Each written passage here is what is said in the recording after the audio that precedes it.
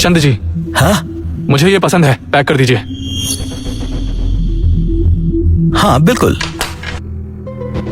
पहले मुझे ये लड़का समझदार लगा था, लेकिन ये तो बेवकूफ निकला। जो चीज बरसों से इस दुकान में पड़ी थी, उस कचरे को ये खरीद रहा है। इस पुरानी चीज के 10,000? मैं तो इसके 10 रुपए भी ना देती। अब जो भी हो, एक बार ये बिक गया है तो वापस नहीं लिया जाएगा। देखा आपने, इसकी हंसी ही बता रही है कि इसने हमें ठग लिया है। अगर मैं सर के लिए ऐसा गिफ्ट लेकर जाती ना, तो सब जोर जोर से मुझ पर हंसते। कुछ भी बोल रही है। अब मैं सिर्फ किसी चीज की उम्र ही नहीं, बल्कि लोगों की बॉडी के अंदर मेरिडियंस भी देख सकता हूँ, और शायद जिससे मुझे उनकी बीमारियों का पता चल जाएगा। अब बस भी करो, गिफ्ट के पैसे नहीं, उसके पीछे की नियत देखी जाती है। आप तो अभी से उसकी तरफदारी करने लगी। आप जानती है ना परिवार में आपकी क्या हालत है। ऐसे में ये बर्थडे पार्टी ही सभी को इम्प्रेस करने का आखिरी मौका है। तो तानिया भी मुश्किल में है। तानिया, तुम बिल्कुल फिक्र मत करो, अब मैं तुम्हारी मदद करके तुम्हारा एहसान जरूर चुका दूंगा। हमारी ओबरॉय फैमिली ने इस घर से एक पहल की थी, जो एक छोटे से क्लिनिक से बढ़कर शहर की सबसे बड़ी फार्मास्यूटिकल कंपनी बन गई। पिताजी ने इस क्लिनिक को अपने 50 साल दिए हैं और आज उनका 70वां जन्मदिन है। फिक्र मत करो भाई, हमारी सेकंड ब्रांच का जो गिफ्ट है वो पिताजी को जरूर पसंद आएगा।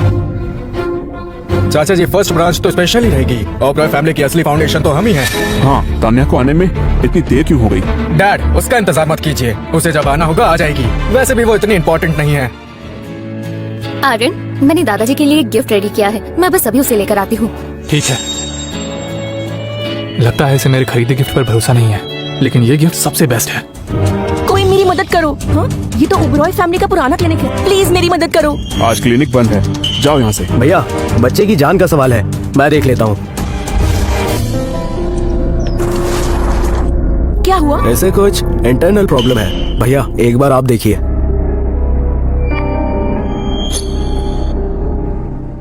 इससे तो एक रेयर डिजीज है, इसका इलाज यहाँ नहीं हो सकता। मेरी मेडिकल नॉलेज के हिसाब से मुझसे ये केस हैंडल नहीं होगा। मैं आपसे भीख मांगती हूँ, डॉक्टर ही भगवान का रूप होते हैं, प्लीज मेरे बच्चे को बचा लीजिए। ओबरॉय डॉक्टर्स किसी पेशेंट का इलाज तभी करते हैं जब ठीक होने की पूरी गारंटी हो। अगर हम फेल हो गए तो हमारी मेडिकल हिस्ट्री की सारी रेपुटेशन खत्म हो जाएगी।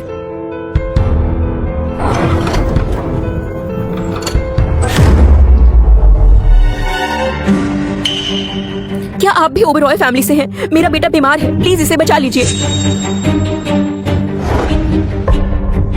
ये चेस्ट का आईक्यू पॉइंट है, शायद प्रॉब्लम का सोर्स यही है। इतना यकीन से कह रहे हो? क्या तुम भी एक डॉक्टर हो? मैं कोई डॉक्टर तो नहीं हूँ, लेकिन मुझे जितनी नॉलेज है उससे मैं इसका इलाज कर सकता हूँ। जो करना है करो, बस मेरे बच्चे को बचा लो।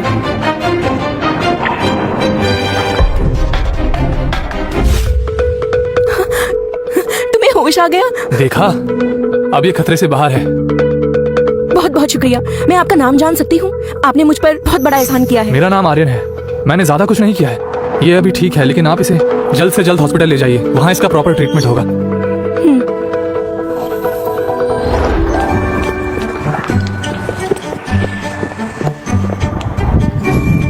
आर्यन, अंदर चले। ठीक है।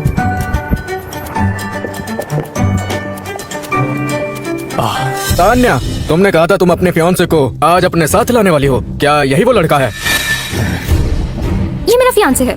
मैं शहर के सारी एलीट फैमिलीज को जानता हूँ, ये उन फैमिलीज में से तो नहीं है। मैं किसी एलीट फैमिली से नहीं हूँ, बस एक नॉर्मल आदमी हूँ। तान्या, तुम्हारी पसंद तो टॉप क्लास होती थी, तो फिर ये मामूली इंसान क्यों चुना? बेटा, तुम जैसे लोग हमारी दुनिया से बिल्कुल अलग हैं। हमारा तो सोशल सर्कल भी बिल्कुल अलग है, तुम्हें यहाँ से जाना चाहिए। अगर तान्या ने इस गरीब से शादी कर ली तो ओबरॉय फैमिली की प्रॉपर्टी का एक बड़ा हिस्सा इसे मिल जाएगा।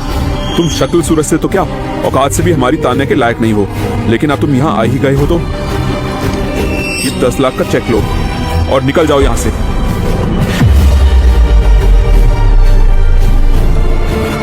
सुनिए मस्तानिया, मैंने कहा था ये किसी काम का नहीं है। फिलहाल तुम चुप रहोगी तो अच्छा रहेगा।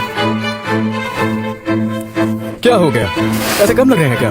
अपनी पूरी जिंदगी में तुमने इतने पैसे नहीं देखे होंगे, ये पूरे 10 लाख का चेक है। तुम्हारी औकात के हिसाब से ये भी ज्यादा है। बस कीजिए, आप लोग मेरे फियांसे आर्यन से इस तरह बात नहीं कर सकते। तान्या, मैं तुम्हारा अंकल हूँ, ऊंची आवाज में मत बोलो। आपकी रिस्पेक्ट करती हूँ तभी आपको झेल रही हूँ, वरना अब तक ब्रांच की अलाउंस कट कर चुकी होती। आपकी ब्रांच की सालाना खर्च 30 लाख रुपए है, जो मैं पास करती हूँ। मिस्टर हरीश ओबरॉय आ रहे हैं।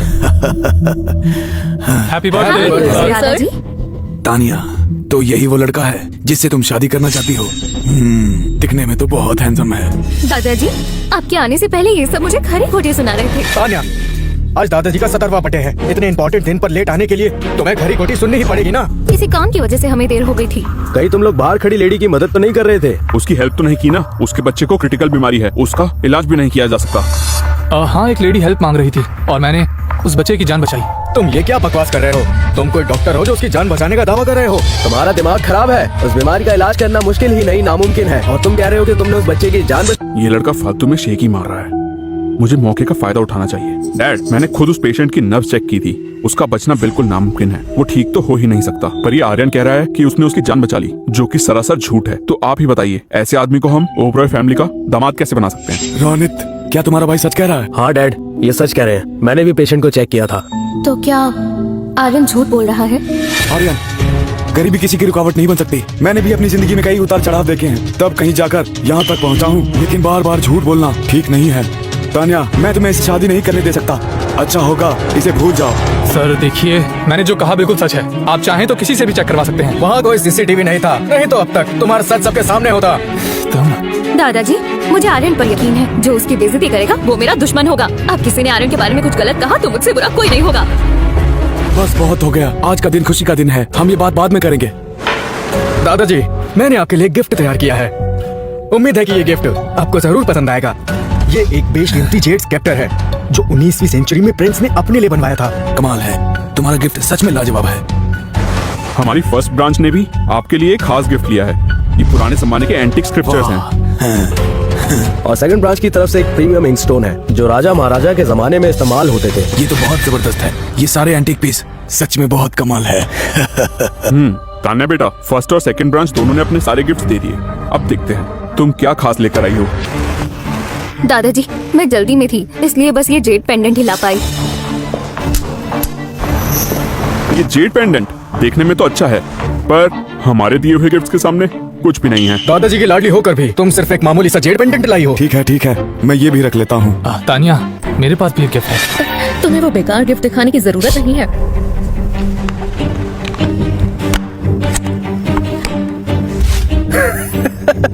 तुम ये गिफ्ट लेकर आए हो, एक टूटा फूटा कांसे का बर्तन। आर्यन, इस बेकार सी चीज से तुम्हारी औकात का साफ पता चलता है। तुम और तुम्हारा गिफ्ट दोनों ही बेकार है। तान्या, तुम्हारे गिफ्ट्स और तुम्हारे फियांसे का गिफ्ट दोनों ही किसी कचरे से कम नहीं है। बिल्कुल, तुम्हारे इस कचरे के मुकाबले मेरा गिफ्ट कहीं ज्यादा कीमती है। क्या कहा तुमने? मेरे गिफ्ट को जज करने वाले तुम कौन होते हो?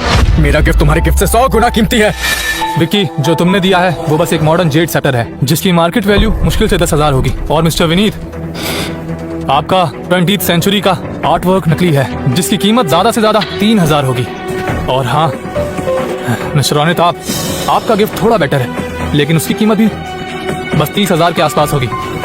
और जो मैंने गिफ्ट दिया है 18th सेंचुरी की इंपीरियल कोर्ट की स्नफ बॉटल है जिसकी कीमत है 20 लाख, जो कि सबसे महंगा है। बस करो, तुम बहुत घमंडी हो। तुम्हारे हिसाब से हम सबके सारे गिफ्ट्स नकली हैं। आर्यन, अगर आज तुमने प्रूफ नहीं किया कि ये फेक है तो तुम यहाँ से जिंदा वापस नहीं जाओगे। तानिया, क्या यही तुम्हारी पसंद का लड़का है जो बस झूठी और बेबुनियादी बातें करता है? मुझे तुमसे ये उम्मीद नहीं थी। तुमने इसे यहाँ लाकर सारा माहौल खराब कर दिया। तुम सबसे माफी मांगो। तानिया, तुम्हारी कोई गलती नहीं है। तुम निकल जाओ यहाँ से। चलो। दादाजी, अगर आर्यन आज यहाँ से गया तो मैं भी उसके साथ जाऊंगी।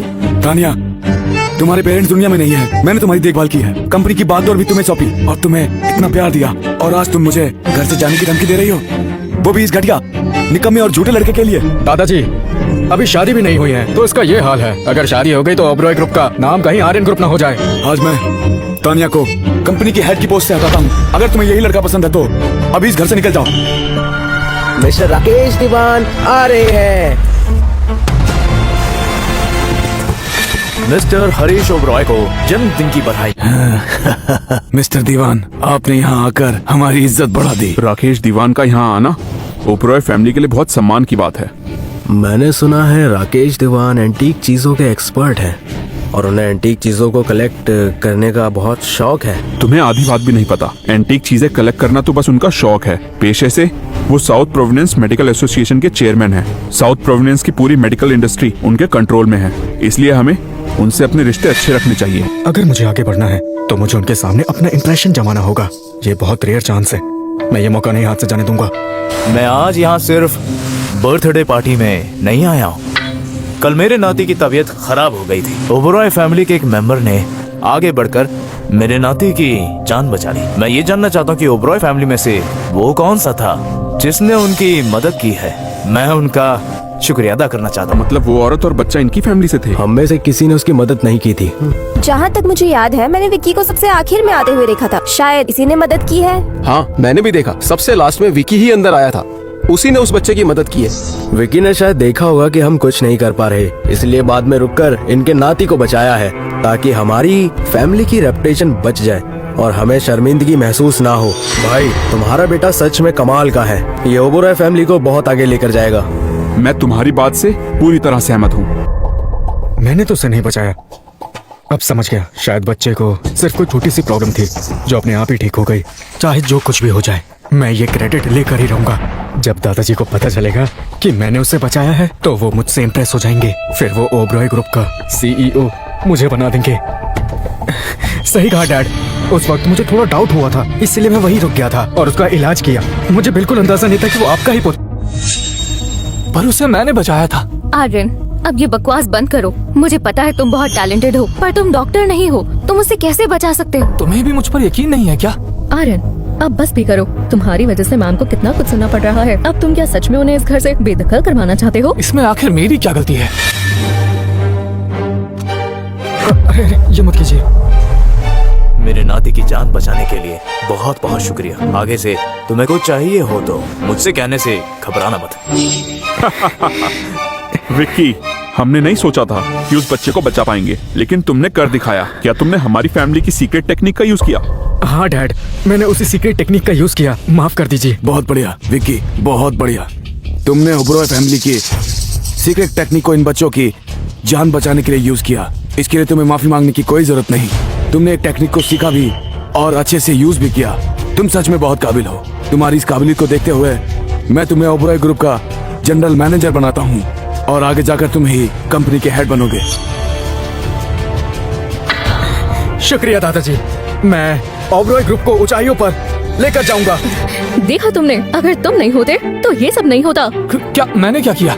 तानिया, मुझे तुम पर बहुत नाज है, लेकिन तुमने इसे पसंद करके सब बर्बाद कर दिया। ये आर्यन दूसरों का क्रेडिट चुरा लेता है, बड़ी बड़ी बातें करता है, लेकिन अगर तुम अब भी माफी मांगकर इससे रिश्ता तोड़ दो तो मैं तुम्हें एक और मौका दे सकता हूँ। बिल्कुल नहीं।